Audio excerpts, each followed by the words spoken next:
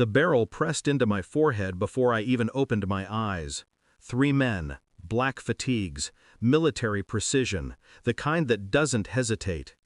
The one in front whispered, "You should have stayed dead." My son screamed from the hallway, small, terrified, the kind of sound that freezes your blood before your body even moves. I kept still, hands visible, heart silent. I'd rehearsed this moment for years.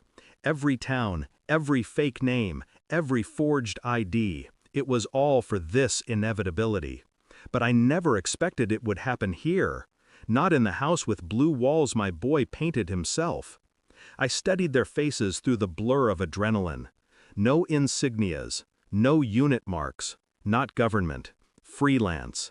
That made them worse. "Who told you?" I asked quietly. No answer. Only the cold, mechanical shift of safeties being turned off. And beneath it all, the soft patter of my son's feet retreating down the hallway. I met the gunman's eyes and smiled. Barely. I take it, someone sold me out. He didn't know it yet, but I was already tracing the betrayal backward. Every face, every message, every word. The moment they pulled the trigger, I'd already started the countdown to who made the call. It began with the ID card. My son had found it in the basement, my old military badge, the one stamped deceased 2019. He brought it upstairs, holding it like a fossil. "Dad, why does it say you're dead?" That was the moment the walls between my 2 lives cracked. I told him the truth, just enough to keep him safe. That there were men who thought I'd seen something I shouldn't have, that I'd disappeared for his sake. He hugged me, said, "I won't tell anyone." I believed him, because I wanted to. But belief is the first step toward blindness. Someone else heard.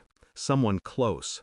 3 weeks earlier, my wife had started asking questions she never used to. About the constant moves, about the names I chose, about why I never answered calls from certain area codes. She said it like a joke, but her eyes always waited for my reaction. I didn't give her one. That was my mistake. After the break-in, after the gunmen vanished as suddenly as they came, I started to test the silence. I left small traps. Subtle markers only someone in the know would recognize. A fake lead planted in an encrypted message. A false address submitted through a burned channel. Someone bit. Each time I moved the bait, the same digital fingerprint followed it. It wasn't random. It wasn't foreign. It was my wife's laptop. The same one she said crashed last month. The one she replaced without asking me to fix. She'd been in my archives, my aliases, my cover logs, and she'd shared one of them. Just one. Enough for someone to trace me back to a town. I didn't confront her. Not yet. Instead, I watched. She'd stay up late, phone pressed to her chest, whispering. When I walked in, she'd smile too quickly. When I asked who it was, she'd say, "My sister." Her sister died in 2016. The night I confirmed the pattern, I couldn't sleep. I watched her breathe beside me. Every exhale sounded like a secret. By dawn, I knew what I had to do. The contact logs didn't lie. She'd been messaging someone under the codename Spectre. The same man who had hunted me after Afghanistan. The same man who'd killed 2 of my unit to erase what we saw. I read their conversations in silence. Every word a knife turned slowly. She didn't know the full truth. She thought she was helping a man from my past find closure. He'd told her I faked my death to abandon my family, that I was a deserter, a liar, a murderer, and she believed him. That's all it took.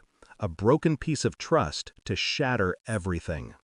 When she finally realized who Spectre really was, it was already too late. The men he sent were proof of that.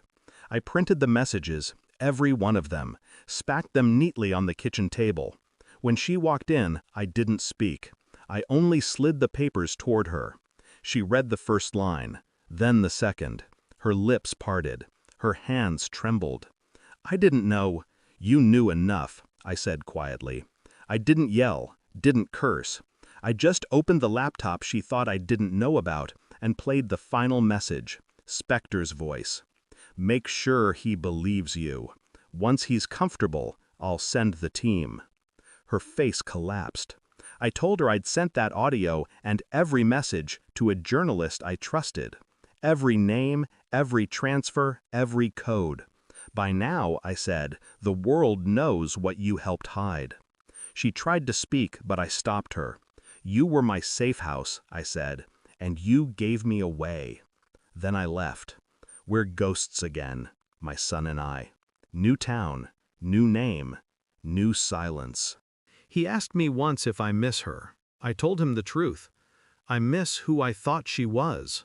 Some nights I still wake at 2 a.m. expecting the sound of boots on the floorboards. But they never come, because now they're the ones running. And I've learned something about ghosts. The most dangerous ones are the living who remember you. I stopped being afraid the day I realized something simple.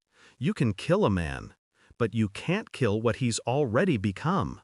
And I became what they feared most, someone with nothing left to lose. Thanks for watching. Don't forget to like, share, and comment. Subscribe now to Cheating Stories Insight World for more amazing stories.